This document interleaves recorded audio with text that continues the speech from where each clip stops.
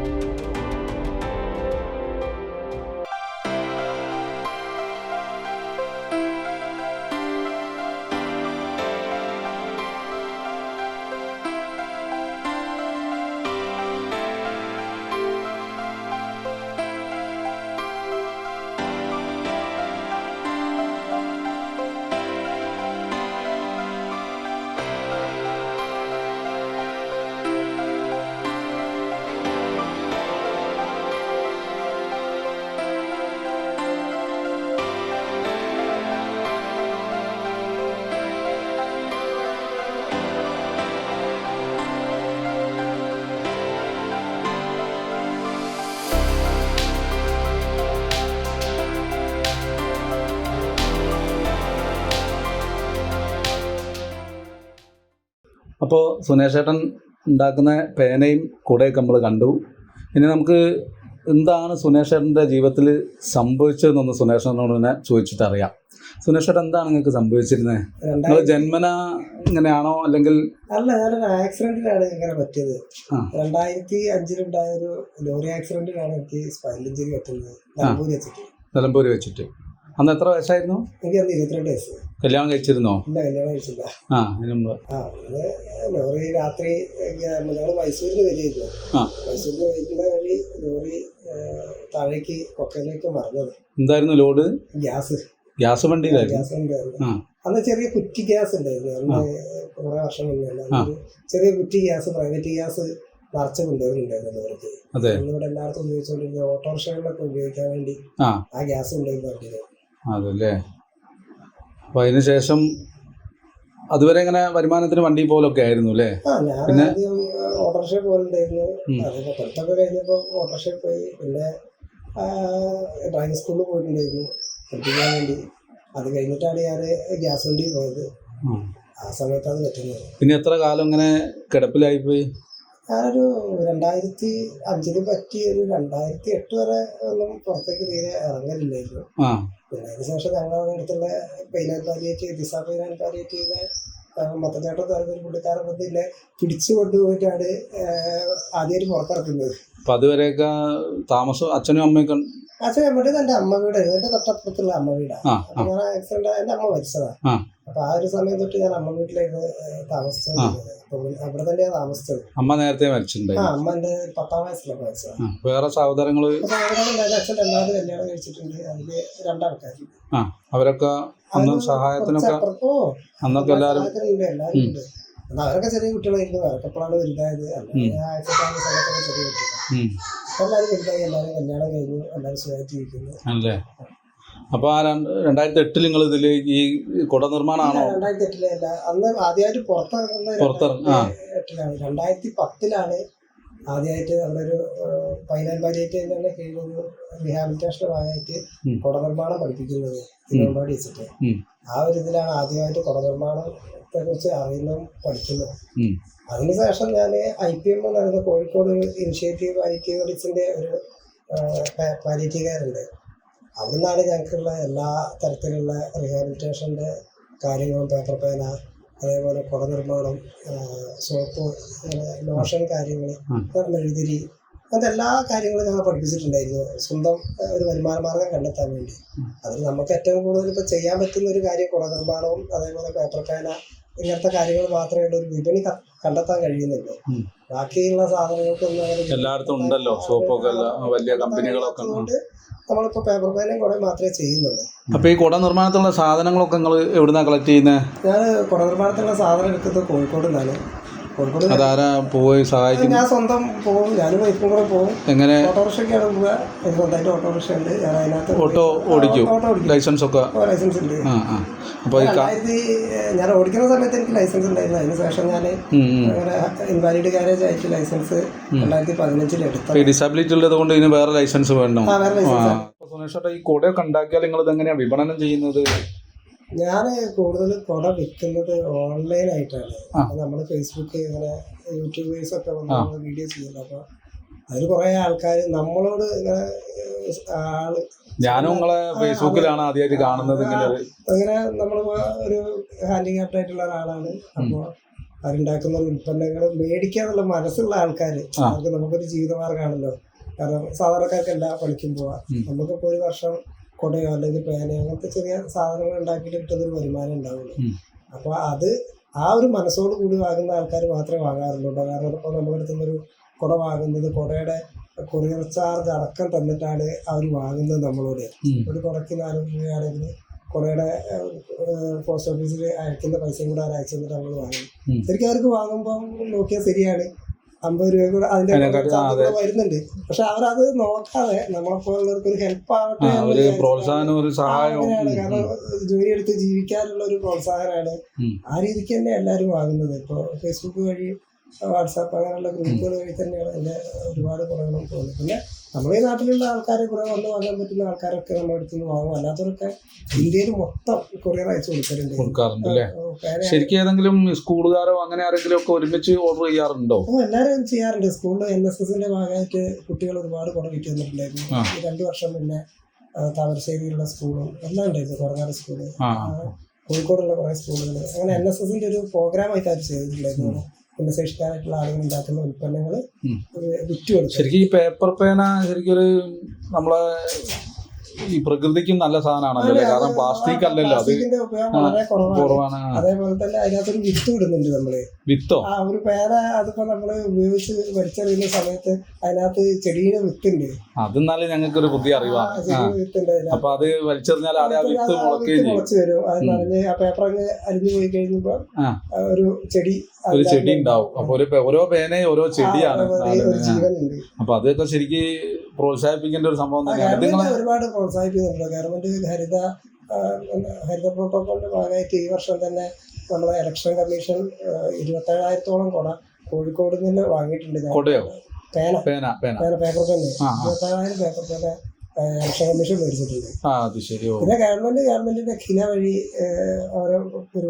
ഓരോ പദ്ധതികൾക്കും അതിനുവേണ്ടി നമ്മുടെ അടുത്ത് നിന്ന് പേന വാങ്ങുന്നുണ്ട്. കോഴിക്കോട് കളക്ടറേറ്റിലേക്ക് ഇപ്പൊ ഞാൻ കൂടുതലും കൊടുക്കുന്നത് കളക്ടറേറ്റിലേക്കും പല ഗവൺമെന്റിന്റെ പ്രോഗ്രാമുകൾക്ക് പഞ്ചായത്തില് മീറ്റിംഗ് കാര്യങ്ങൾക്കൊക്കെ നമ്മുടെ അടുത്ത് നിന്ന് എല്ലാവരും തന്നെ പേന വാങ്ങും. അങ്ങനെ തന്നെ അതിന് വിപണി ഉണ്ടാക്കുന്നത് ഗവൺമെന്റിന്റെ. അതേപോലെ കുറെ കല്യാണം അങ്ങനെയുള്ള ആൾക്കാർ ഗിഫ്റ്റ് കൊടുക്കാനൊക്കെ ആയിട്ട് നമ്മളോട് മേടിക്കുന്നു. ഇതാണ് ഭാര്യ ആതിര. വീട് ഇവിടെ തന്നെയാണോ? അവിടെ അടുത്ത് തന്നെയാണ്. മോന്റെ പേരാണ് ദക്ഷ്. അതാണ് നിങ്ങളെ ദക്ഷ് അംബർല. അവന്റെ പേരാണ് ഞാൻ അതിന് ഇട്ടേക്കുന്നത്. ദക്ഷ അംബർല അല്ലേ? നല്ല ആരോഗ്യമുള്ള ആൾക്കാർ തന്നെ കല്യാണം കഴിക്കാൻ ആൾക്കാർ വളരെ ബുദ്ധിമുട്ടുള്ള സമയത്താണ് നിങ്ങളിങ്ങനെ വയ്യാത്തന്നല്ല ചെറുതായിട്ടേ അറിയാം. ആണല്ലേ? നേരത്തെ പരിചയമുള്ളതാണ്. അന്ന് എന്തോ പ്രണയമായിട്ട് ഉണ്ടായിനോ? ഇല്ലല്ല, എന്റെ നമ്മളവിടെ അടുത്ത് തന്നെയല്ലേ. ആണല്ലേ? എന്തായാലും അതിൽ ഞങ്ങൾക്ക് ഭയങ്കര ഒരു സന്തോഷം തോന്നുന്നു. നിങ്ങളോട് നല്ലൊരു ബഹുമാനം തോന്നുന്നുണ്ട്. എന്തെങ്കിലും ചെയ്യുന്നുണ്ടോ നിങ്ങള്? ടൈലറിങ് ചെയ്യുന്നുണ്ട്. ആണല്ലേ? നല്ലോണം പഠിക്കും. HDC ഒക്കെ കഴിഞ്ഞാ കേട്ടോ, തയ്ക്കുന്നത് നോക്കണ്ട. ആണല്ലേ? വേറെ ജോലിക്കൊന്നും ശരിയോ? ആയിക്കോട്ടെ, സമയമുണ്ടല്ലോ. എന്തായാലും നല്ലൊരു സന്തോഷം തോന്നുന്നു ഇങ്ങനെ ഒരു ഫാമിലിനെ പരിചയപ്പെടുകയും കൂടി ചെയ്തപ്പം. ഞങ്ങൾ രണ്ടാളും മാത്രമേ ഉള്ളൂ. ഞങ്ങൾക്ക് വേറെ പ്രശ്നങ്ങളൊന്നുമില്ല. ചെറിയൊരു വീടാണെങ്കിലും ഞങ്ങൾ സന്തോഷത്തോടുകൂടെ ജീവിക്കുന്നത്. അതാണല്ലോ വേണ്ടേ. നമുക്ക് സന്തോഷവും സമാധാനമാണല്ലോ എല്ലാവർക്കും വേണ്ടിയത്. ചെറിയ വരുമാനം കിട്ടുന്നുണ്ട്, കൊടേന്നായാലും പേനയൊക്കെ ആണെങ്കിലും. അപ്പം ഞങ്ങൾക്ക് പറയാനുള്ളത്, ഈ സുനേഷേട്ടനെ അപ്പോൾ എല്ലാവരും പരിചയപ്പെട്ട മൂപ്പരെ അവസ്ഥയൊക്കെ എല്ലാവരും കണ്ടല്ലോ. അപ്പോൾ സുനേഷേട്ടൻ ഉണ്ടാക്കുന്ന കൊടയും പേനയും വാങ്ങുക, എല്ലാവരും വാങ്ങിയിട്ട് ഈ ഒരു കുടുംബത്തിന് അല്ലാത്തവർ ഈ വീഡിയോ ഷെയർ ചെയ്തിട്ട് മറ്റുള്ളവരിലേക്ക് എത്തിക്കുക. സുനേഷേട്ടൻ്റെ ഇങ്ങനെ ഒരു സംരംഭത്തിന് പ്രോത്സാഹനം നൽകാൻ വേണ്ടിയിട്ട് ഒരുപാട് ആൾക്കാർ ഇങ്ങനെ തയ്യാറായി നിൽക്കുന്നുണ്ടാവും. ആരും അറിയുന്നുണ്ടാവില്ല. നിങ്ങളെ ചുറ്റുപാടില് ഇതേപോലെ ഉൽപ്പന്നങ്ങൾ ഉണ്ടാക്കി വിൽക്കുന്ന ആൾക്കാർ വേറെ ഉണ്ടാവും. അപ്പൊ അവരെ കയ്യിൽ നിന്ന് നിങ്ങൾക്ക് സാധനങ്ങൾ വാങ്ങാൻ സാധിക്കുമെങ്കിൽ അവരുടെ അടുത്തൊന്നും വാങ്ങുക. അത് പറയാനുണ്ട്. കാരണം ഇപ്പൊ ഞാനുണ്ടാക്കി വിൽക്കുന്നുണ്ട്. അതേപോലെ തന്നെ ഒരുപാട് ആൾക്കാർ നമ്മളെ അതാത് ഏരിയകളില് നമ്മളെ പോലുള്ള ആളുകൾ ഉണ്ടാവും, പേനയായിട്ടും കൊടയായിട്ടും ഒക്കെ വിൽക്കുന്നത്. അപ്പൊ നമ്മളെ ചുറ്റുപാടുള്ള ആൾക്കാർ അവരുടെ അടുത്തൊന്ന് വാങ്ങാൻ ശ്രമിച്ചാൽ അവർക്കൊരു വരുമാന മാർഗമാകും. അതെ. അപ്പൊ അതാണ് എല്ലാവരും ഇങ്ങനത്തെ ആൾക്കാർ എന്തെങ്കിലും ഉൽപ്പന്നങ്ങളൊക്കെ ഉണ്ടാക്കുന്നുണ്ടെങ്കിൽ അവരോടും വാങ്ങി സഹകരിക്കാനാണ് സുനേഷേട്ടൻ പറയുന്നത്. അതൊരു നല്ല മനസ്സുകൂടിയാണ്. അപ്പം ഒരുപാട് സന്തോഷം സുനേഷേട്ടൻ, അങ്ങനെ പരിചയപ്പെടാനായിരുന്നു നിങ്ങളെ. അപ്പോൾ ഞങ്ങളിങ്ങനെ സുനേഷേട്ടനെ പരിചയപ്പെടാൻ വന്നപ്പോഴാണ് സുനേഷേട്ടൻ്റെ ഒരു ഫ്രണ്ട് അനസിക്ക കട്ടിപ്പാറ ഇതുപോലെ തന്നെ ചെറുപ്പത്തിൽ ഒരു മരത്തിൽ നിന്ന് വീണിട്ടുള്ളൊരു പരിക്ക് പറ്റിയിട്ട് പുള്ളിയും ഇതേ അവസ്ഥയിൽ തന്നെയാണ്. അപ്പോൾ ഇവർ തമ്മിൽ ഭയങ്കര ഫ്രണ്ട്ഷിപ്പാണ് അല്ലേ? അപ്പം നിങ്ങൾ അങ്ങോട്ടും ഇങ്ങോട്ടും ഒക്കെ ഇങ്ങനെ പോവുകയും വരികയൊക്കെ ചെയ്യും കാണാൻ അല്ലേ? ഞങ്ങൾ 20 വർഷം എനിക്കത് പറ്റിയിട്ട് ഒരു 10-13 വർഷം